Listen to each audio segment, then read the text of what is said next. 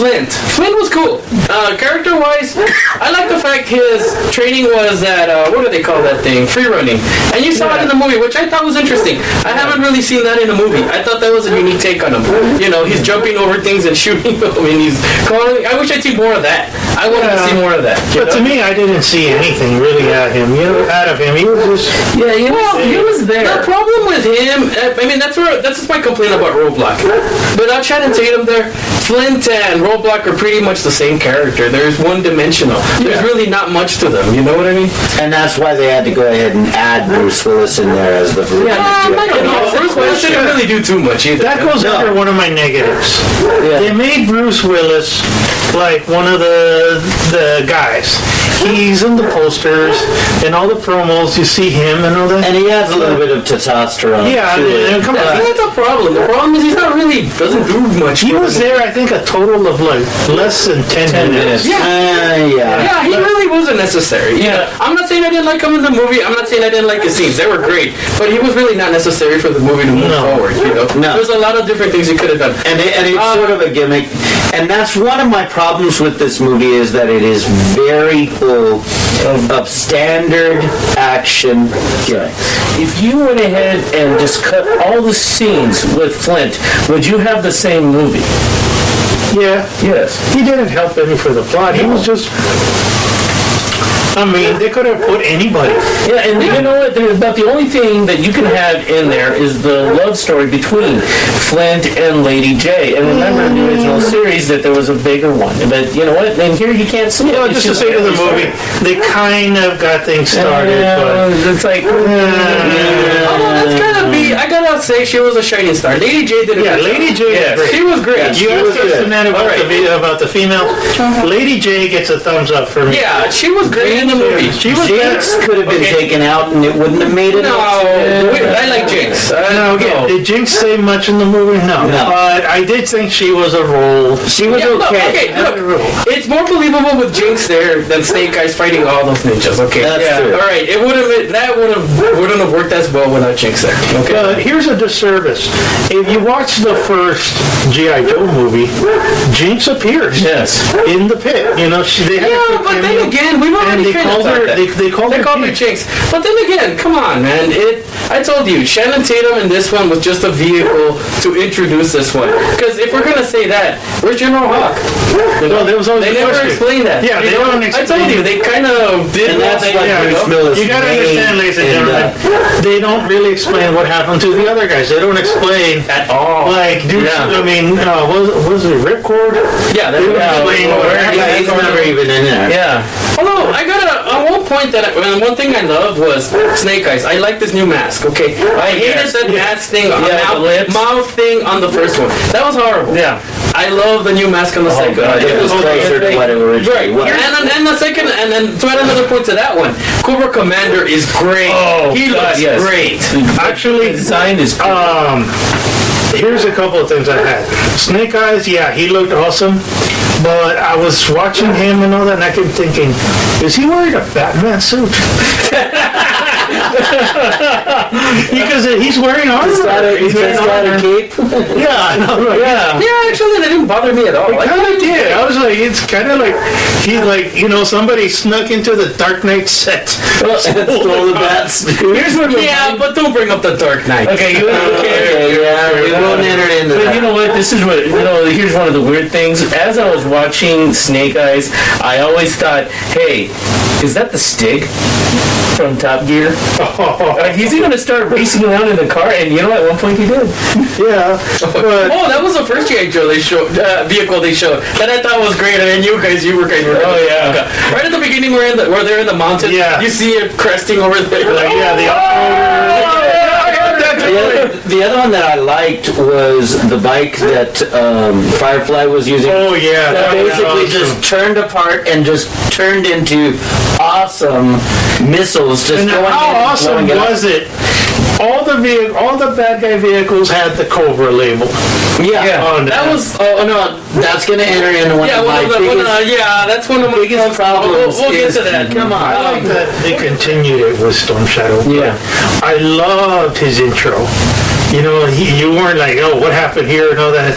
And I don't want to give it away, but Storm Shadow just whoops everybody. Yeah, but he dominates. Yeah, but to add to that, the one character that impressed me, I was impressed with this character in the movie. The Warden was cool. Okay, that Warden was cool. For whatever brief cameo, for whatever brief moments he was in, he was a cool Warden. He did whatever he had to do to get the job done. Okay, I respect the hell out of the Warden. Yeah, and since we're talking about bad guys, that was one of my minuses. I love Cobra Commander. I thought that's the Cobra Commander we should have had, not with that plastic mask and the bird head and all that. You know, he came out, he had the silver faceplate on, he was dominating. You mean the one that looked like Bane in the first film? No, he didn't. But at least he wasn't, I'm Cobra Commander and I'm taking out Yeah, that is the original voice. I kind of missed that. Actually. I was expecting it. I'll get you, John! I wanted to see that at the end. That's nostalgia right there. That was just nostalgia right there. But we didn't see that much of him again. He's still wasn't that much. No. And I It think was more Zartan. he had a total of, I think, 10 minutes. Yeah. But I will say this. Jonathan Pryce playing Zartan / the President. He went ahead and really owned his role. Yeah. You can feel that he is Zartan going ahead and actually loving this ability to go ahead and just Fool everybody. But, and again, people are wondering, the original actor did appear. You know, Arnold Vosloo, and briefly, very briefly, but it was nice. They kept it consistent. You know, the actor, you know, I can imagine being an actor being told, okay, we're bringing you back in this movie only for like 2 scenes. Yeah. But still, it kept consistency, and hopefully, he'll come back. Maybe, you know that. But I want to talk about that. Hopefully the Dreadnought's next one. Hopefully, we're still talking about it. I didn't like that they really passed over a whole bunch of things that they could have covered. You mentioned the time sequence, and that kind of bothered me. Like, how long? They should have established that, okay, they were in hiding for some time and all that. The villains, I don't think they got enough coverage. Well, I disagree with you with Firefly. Firefly got a lot of... Well, Firefly was and he was very good. Firefly was excellent. And I must commend the actor. But he was not the only villain. We had Zartan. I would have liked to see actual Zartan. But yeah, Cobra Commander, we're introducing him in this, in a way.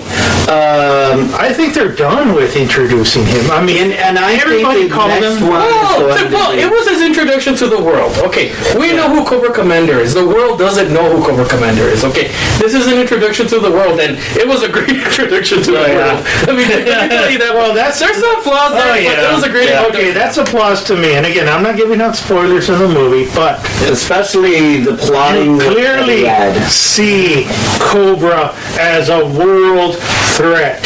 Yeah. I mean, if this was real life. Yes. Here's another thing that I can go ahead and say about the plotting of the movie that I did like, because there's a lot of stuff that I didn't like. They got Cobra Commander right. You can see from his plotting, especially at the very end, when he's dealing with a lot of the people, he is manipulating people. You can see him as a world-dominating manipulator that can easily subvert governments and go ahead and possibly take over the world. And we're not seeing the cartoon Cobra Commander. Oh, no. Not the, oh, why didn't you go ahead and do what I told you to? Intolerable! No, it wasn't more... I missed that. But truthfully, this is a Cobra Commander that I can go ahead and literally say is somebody that is a threat to everyone. To give him props, and and this is to give props to Cobra Commander, and as they introduce him in the movie. Okay, things really don't go his way in certain scenes, and he doesn't panic. I mean, he walks. He's walking. He's not cowering or doing any of that. He was very. He knows when to get out controlled. of it. He knew what he was doing, but but you don't get a sense of fear out of him. Is what I'm getting at. Even as what he's doing, he's still dominating the scene. You know what I mean? No one noticed that they were having, the cobra symbol on their lapels. Yeah, no one noticed the little. Well, you know what? That always was one thing that happened. You see a little cobra symbol. It was like a wink to the audience. But then again, you know what I mean? But then again, we gotta remember they had recruitment videos for Cobra. Remember? So it's kind of again, it's doing that whole thing where it's separating itself a little bit from the first one. Because remember, if you went on YouTube, they had recruitment videos for Cobra and how Cobra was the way of the future and join Cobra and stuff like that. So Yeah. I don't know. And the other thing I didn't like too much was that you did see Cobra troopers and you did see Cobra officers, but they really weren't distinguished. No. They were still in camouflage. They looked like soldiers, but with helmets.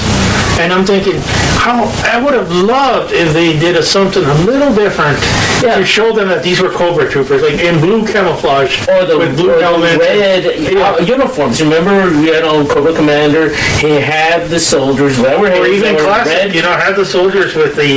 Yeah, I think what you're getting at, they had no Crimson Guards or anything like that. I think. Well, the Crimson Guard doesn't come out. But then we can see what happens, because remember, most of the time in this film, Cobra has to go ahead and keep itself low-key.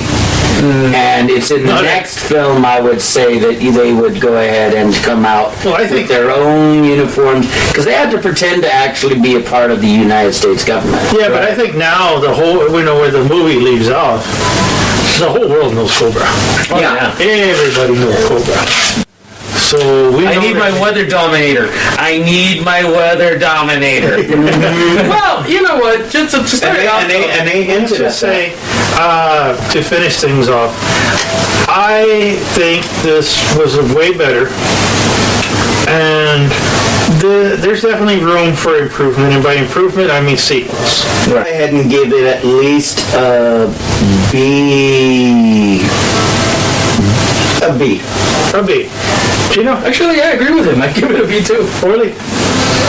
Just to be the different guy, I'm going to give it a 79.4. Not a 69.9? No, dude, we don't do that here.